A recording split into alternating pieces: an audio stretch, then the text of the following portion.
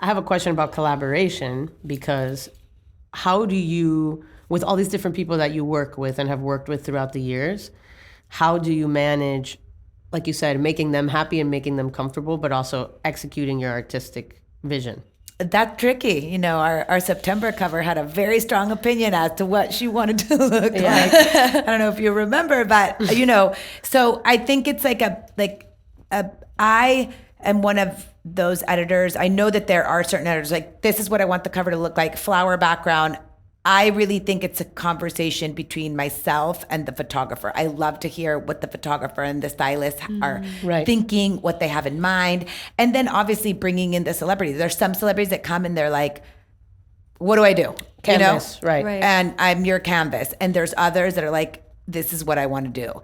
And I think it's really like a matter of a conversation and really joining like forces, even if it's a model, you know, and like, kind of it being like one big collaboration. Yeah, instead of like egos. Yeah, and I feel like those, I think, are the most successful covers. Like for September, we shot Cardi B, and she was like, I want to show like my Latino roots. I want to wear my hair curly, my hair natural. I love that. But it was interesting. She said, because the photographer is like this Dutch woman that's completely different culturally than she is. And she's like, you know, it's really great to have this pre-conversation before, because we're talking about like bringing it out her roots. And like, I had never even thought about that when I thought of the mood board. So it was really interesting. And it's always interesting to hear like what the talent has to say. Yeah. That's awesome. Earlier, you mentioned flipping through the magazines, and I know that fashion in general has taken a lot of steps towards sustainability. You introduced me to a leather that was made out of cactus from Mexico. And I'm curious, as one of the great thinkers of the fashion industry, how do you see sort of us moving in the direction of AI and the digital world? And like you mentioned, content creation. Well, I think AI is going to be really interesting, because I hadn't thought about, for example, models, or what you were saying about AI, you know, people taking your voice. Yeah. So me signing over the right Which you did to me right now. But even they were saying, you know, that models, they can replicate the model and then you don't have to pay her. You just kind of do it. I think it's very new, and I think it's going to be interesting the way people use it to sell to us down the road. I don't know if people, I think it really has to, I don't know if people are ready to buy off of like, I wasn't even thinking the models. Yeah. I was thinking like people like digital design cover. me. Yeah, No, like I was thinking, writing. like design you know, Gautier inspired top with these colors, and it'll like literally design the clothes for you. It's and so then big. Can you take credit for that? or how about like, I want to pick a mood board with this kind of picture, blah, blah, blah. And then it kind of recreates it for you. So I think that's going to be really interesting. Right. Yeah. I'm curious to see like who will kind of jump on board. Careful, Siri's coming for your job. I can just I know. Terrible. My gosh, she's like, yes. I know, but it's really interesting. I mean, in terms of like writers and like the social media, like all of those jobs, like, are they going to become redundant? I don't know. How about some the of those writers are better even. Like I think some for AI basic writers. things like translations, it's going to be very useful. Oh, certainly. And for, you know, maybe proofreading. What about I don't for the know, but- consumer? Like, how do you see? So I imagine I used to buy magazines as a kid, and truthfully, there are only a few magazines that I that purchase you still want to now. buy. How do you see like in 10 years time, you know, like we don't even have books anymore. We have Kindles. How do you see us consuming, fashion? I honestly think that people more and more are looking at like through the phones. I feel like that's one of the ways. Like, I read a lot of the New Yorker on audio on the audio app. You know, that's like one thing that. But I don't know, pictures. I don't know if a robot is going to be able to replace Steven Meisel. You know, I really hope not. You know, I feel like those images that like we remember, you know, that are so iconic and like that you want to print out. There's always like a gimmicky part of that AI, right? And I feel like it falls into that. But I do find myself listening to more audio. Obviously, we're, consume. I hold myself back from letting myself consume too much video because then I feel like your entire day can be lost. Yeah. And you want more and more and more. Exactly. And the younger kids have more and more and more. It's crazy. I think the AI thing eventually will circle around in a weird way, like, because people also like the tactile experience, but it's becoming so far away. So I'm thinking, what if it's like a holographic magazine? Oh my goodness. Like, what if it like appears in front of you and it like the technology gets so good that like it looks like you can almost touch it. Yeah, and it looks like you're like thumbing through. Yeah.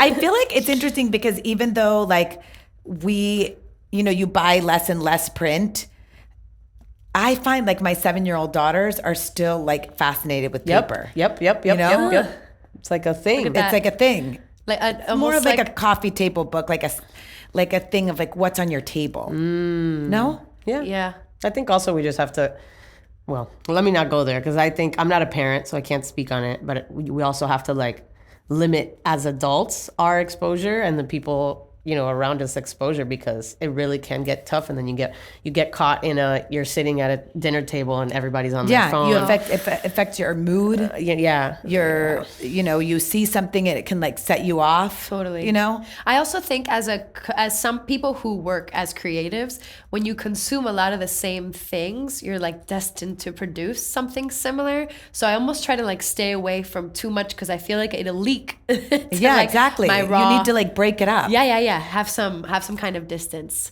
What is like, okay, so for you, what is like your favorite collection? Your favorite collection ever? Like favorite fashion collection? Yes. Ooh, I have to say I'm a big fan of Prada. Yeah. And I will never forget like some of those like first shows that you go to, being in Milan for the first time and like, seeing. I remember that the show where they put like these like colorful turbans and like it was like the first collection that I like bought myself something from, like these like, beautiful red tops with like the tie belts, which I actually packed. Oh my gosh. And took to Milan. And like this season, the collection, which was like the last of one of their design directors, Fabio Zangardi, I can't remember his last name, but it was his last collection for working for Prada, and they took him out, and it was so quintessential Prada, like the little boy shorts, wrap belts, and like everything was like so like that perfect brand and so perfect. And I feel like those are some of my favorites. And I also went to like a few pretty amazing McQueen shows, like that were Alexander McQueen. In fact, I almost didn't make it to the last show that he did, which was, God, I can't remember the year now, 2009, 2010. When he did this armadillo shoe, I was late and I stood at the show. Oh my God. And then like a few months later, when he passed away, wow. I saw a piece about him the other day, and it was saying that his ultimate plan was to take his own life during his last show, like in front of everybody. And that the person who was his assistant at the time, or the closest to him, was like, you really have to think about what you're going to do to other people by doing something like that. Because he knew exactly what was going to happen. So I can imagine the energy of those last few shows being like just really something all together. Yeah, because he was such a brilliant creator. Such a real genius. Yeah. And then, I feel like the Karl Lagerfeld shows for Chanel, whether you went to the North Pole or to outer space or to this crazy supermarket. Like those were really fun. Gosh. I mean, just to go witness the scale of those productions was really impressive. What about your favorite Met Gala look? Or should we say theme? No, you want to look? Okay, go ahead. Look. Theme or look? Theme or look? Oh God, who did I like? The Rihanna yellow when they did the Through the Looking Glass. Was it the China, the yellow dress? The huge one? Yes, the poofy huge one. Yeah. Or was it Gaga that changed on the stairs? Gaga took like all the dresses I think off. she did Brandon Maxwell, or I can't remember who it was, but I feel like the first couple of times that I worked at the Met when I was an assistant at Vogue, they would make us work the gala. It was such a different party because, it was more like socials, and now it's like the celebrity moment. Right. But I do feel like it's one of those events that you love to see the way people are gonna interpret, and like totally. How insane is someone gonna show up? But I do feel like Rihanna's was beautiful and like really appropriate. It wasn't like wearing a catsuit. I heard Anna Wintour mention she's the only person who's allowed to arrive late to the Met Gala. I think she's like notoriously. Oh my goodness. Yeah. I really like the Gilded Age. That one was really pretty. Cardi wore that dress of all the Versace jewelry. It was just chains, and I was like, wow, that's a dress I would live in. If you asked me, like, what's a dress you would live and die in that dress? You'd be ripped. Gorgeous. It's heavy I know, as I hell. can just imagine. Run a marathon in that dress, Karla. Oh my God, I did see one with someone with a pineapple that ran the marathon with a pineapple on his head the whole way. A real Pineapple. Where is this person? I have questions. Oh, I had so many questions for him. And where was the marathon? Berlin. Oh my God. Oh, okay, making a little more sense. Yeah, it makes a little more sense. So you mentioned at the beginning, well, this was actually a question I have for you because you take so many flights. How often do you miss a flight? Oh my God, I missed my flight on Saturday because I went to the wrong airport. And I had like just looked at the time and I didn't think to look at the airport. I just had it in my head that I was leaving from Milan Malpensa. And all of a sudden I'm there, I'm like, so I need to be in Germany before 7.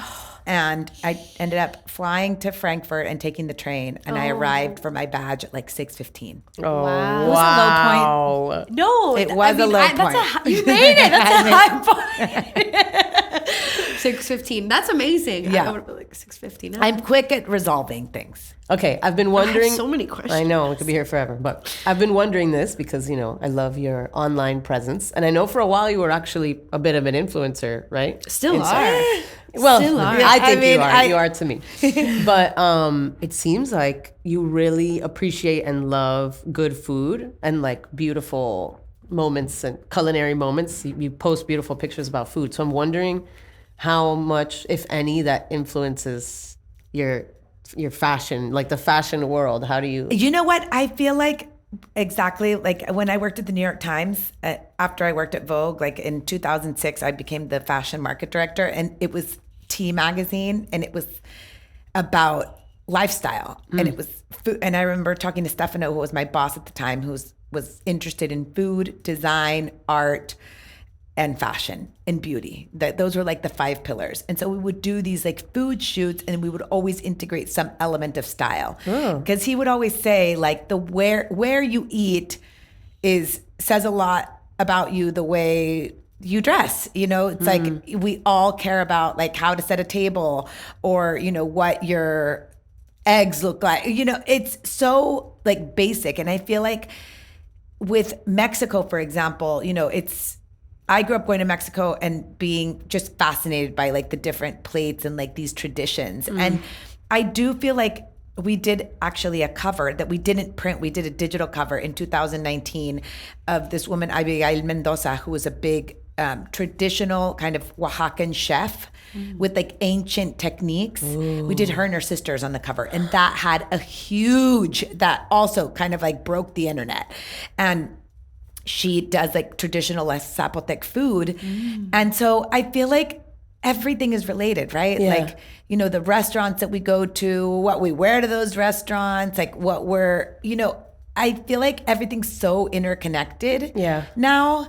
And in the same way that like now you have like chefs on covers, and I feel like it's all kind of like culturally related. And that's what has been like the most important thing for me to show in Vogue, is that a Vogue cover girl isn't just a model. She's a chef, she's a singer, she's a mom, she's a writer, and we're celebrating a lot of these things. Yes. Pop off, We Karla. love Karla. Karla, another favorite thing about you for me, and this is something that I learned through being able to be sort of in a closer proximity to you, is that you're somebody who I got the privilege of sitting at a table with your friends at the last event that I was at, and I was like, oh my gosh, it's not just me that's had this experience. Like, this is kind of like a legacy that you leave on, where you just have this incredible impression for everyone of generosity and kindness, and you're such an uplifter. I mean, like anytime you bring somebody to meet someone else,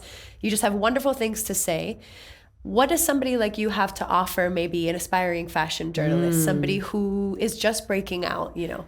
I always tell people, you know, as I was saying, I picked up the phone, called, like, be a go-getter, you know? Like, everyone wants...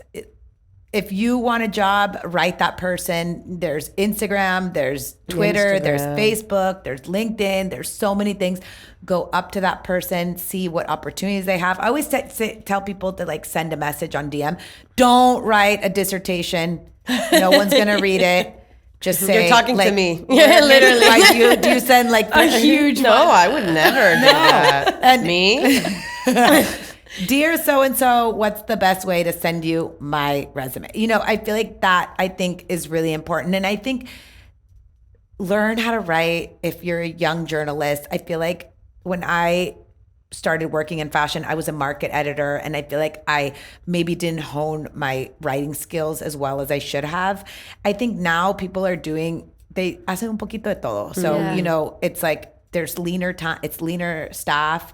If you're starting your own website, like chances are, unless you're a multimillionaire, you're not gonna be able to hire a million people. So like learn the trade. And I think start from the bottom and really do a little bit of everything, because that's where you kind of see, this is what I like, this is what I want to specialize in. You know, I feel like that's important. Amazing. And find a good mentor. Yeah, you know, I know one. She's busy missing flights to Berlin. Of course. Me writing Karla a DM tonight. So Karla, I was thinking about your conversation. Tell me the best way to send you my resume. Seriously, I had an amazing guest on my podcast today. I say it all the time, and I think I'm joking. Like, I'm free labor for you. All you have to do is pick up. Thank ask you. her. I will follow you. I've been dying to do something again in Miami. Hey, that's another thing that people have been saying that we've had on the podcast. It's like, make yourself valuable to somebody. Yeah. You know, like you want to work with somebody, what do you have to offer? Hey, look at my social media. Let me elevate your social media. Hey, check out my OnlyFans. No, I'm kidding. I'm kidding. Well, yeah. Hey, certain industries. No, but yeah, it's true. Okay, and then my last question, all things considered, you know, other than working with some of the biggest brands in the world and just completely shifting the way that we look at beauty as a whole, you've also elevated a lot of other brands, smaller brands, with Espacio Vogue, with a lot of the organizations that you take part in. I'm flying to Monterrey tomorrow to do our 8th edition there. Look at our that. 8th edition, first time in Monterrey, Mexico. Wow. Amazing. What do you hope at this point, you know, as such a change maker, what would you hope your legacy is? What's the mark that you want to leave on think, you know, after that Yalitza cover and after some of the bigger covers that we did, where we've been like, wow, this is really special. Like, I think just having printed things that really resonate with people, more than just, oh, she looks really beautiful on the cover. Like the fact that someone can say, like, thank you for putting someone that looks like me on the cover. Now I think I can do this too, or I think that's really like the most, like if I were to leave tomorrow, I feel like I could say we did really amazing things. Like we elevated the community. Yeah. People look at Mexico and at Latin America different than 5 years ago. Yes, for sure. 100%. I mean, we're at the top. Yeah. That's the game. No And, offense, guys. You know, and I have to say, like, even I mean, I say this because people think that when you work at Vogue, like the doors to the kingdom open, the fashion kingdom. No, they don't. Yeah. They really don't. Like, people make you work for it. Yeah. And like certain photographers like wouldn't work with us, wouldn't email us back, certain stylists, certain models, you know, no, I don't want to do this. Certain celebrities that took me years. Even brands, right? Brands will write you, who is it that you're shooting? Or, who is it that you're shooting? We don't want to take part of it. We don't, you know, none for you guys. No one said that for you. But there's people like that. And, you know, I feel like sometimes, like on that end, you know, it took us a really long time to get, you know, you kind of have to work, and like now, you know, we have amazing photographers that want to work with us. Yeah. And like, but I always appreciate the people that worked with us from the very beginning that Yes. said, okay, you're doing this, I'm with you. You know?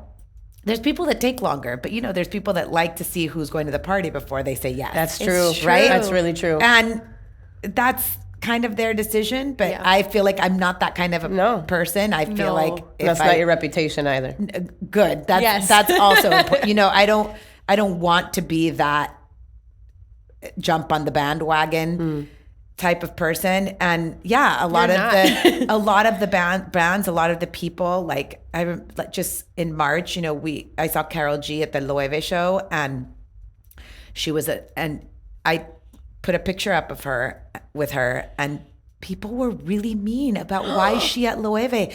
She's not a Loewe. It's like, gosh. and it's this perception. Also, I think one thing that we have to do as Latinas is just build each other up more. Yes. Like, It's not a competition. Why do we have to hate on, like, just because so-and-so doesn't dress like you doesn't mean you have to say she looks terrible, she shouldn't be associated with Hermes, Loewe, luxury my brand. gosh. Because it's like, who are you to decide Right. that? No. And so I do feel like, and Carol's very grateful for her cover and always says, like, thank you for those amazing pictures, because a lot of designers were like, oh, like, she looks amazing. Yeah. Yeah. Whereas they should have been like, she is amazing from the Right, beginning. Yeah, not Right, been right. like, oh, wow, Yeah. she looks Later amazing. on. But I do think that we have to do a better job of That's that. great Well, you're advice. doing it, Karla. I remember when we were doing the Vogue cover for Em and Gloria that you specifically asked for Miami designers, Latin designers, Cuban people, because you wanted to create a team of people that were authentic and representative of the cover. And I was like, wow, I love this Well, lady. I don't even know her.